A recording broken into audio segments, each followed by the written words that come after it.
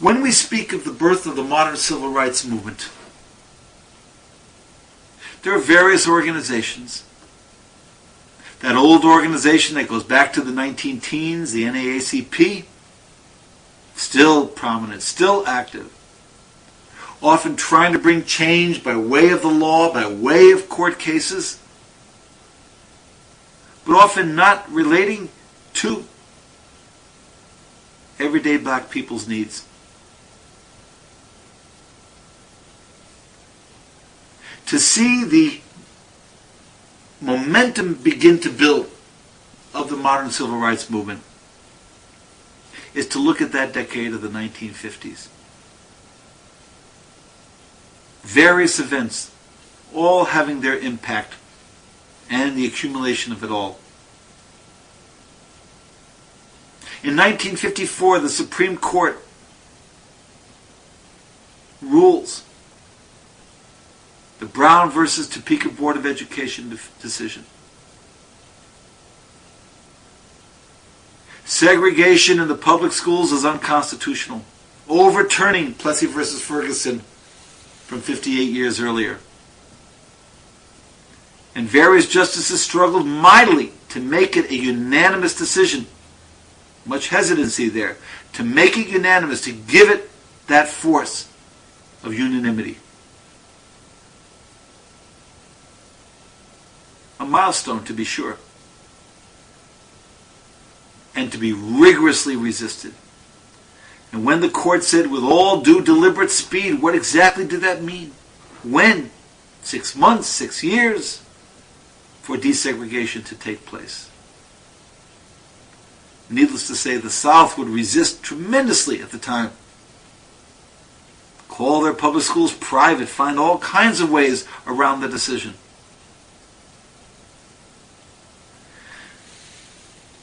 As is usual in history, it's one thing to pass a bill, it's one thing to make a decision.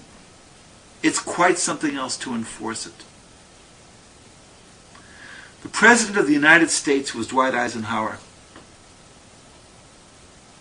And Eisenhower's basic attitudes toward the civil rights movement, from all that I've been able to ascertain, was, I wish it would go away. I wish I didn't have to deal with it. I wish people would just know their place.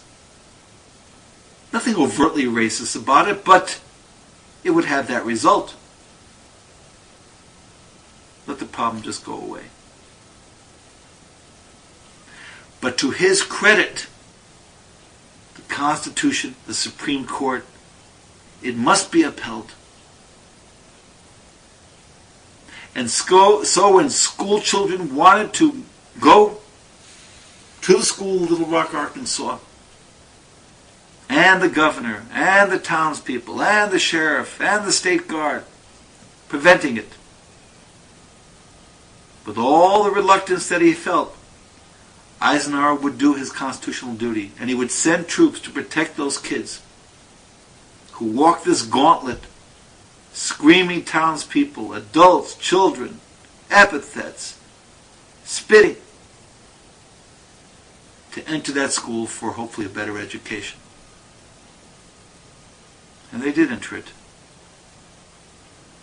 And years later, some of the white students, ex-students, were interviewed, and some of them would say something to the effect of, I really never knew a black person before. Once we got to know each other, we got along okay. The ignorance of not knowing other people and the myths that you build up in that ignorance and the way to counteract it.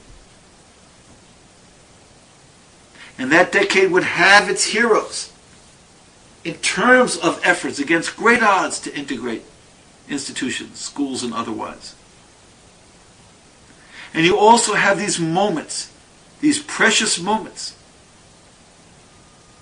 Rosa Parks in Montgomery, not to sit in the back of the bus. She knew she'd be arrested. Took that stand and led to the Montgomery bus boycott.